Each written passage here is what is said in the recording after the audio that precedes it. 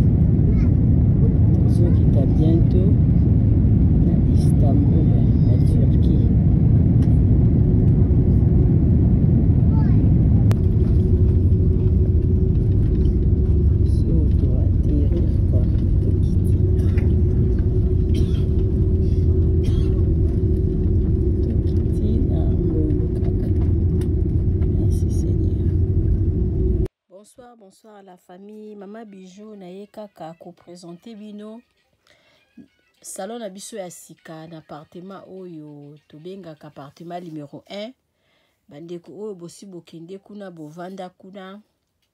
En tout cas to saleli bino surprise, to changer les bino bakiti normal, ba divan to changer pe sala manger et pas la biso de musala. Donc musala ezokende nango malamu. Mama Nadine umela otala salon na biso ndenge to changer bakiti, to changer les bino pe sala manger. Ndako bozomona ezali chambre salon cuisine et komaka pe 2 chambres salon cuisine. Benga ngai osala réservation ya appartement numéro 1 okozala jamais d'ici. Merci.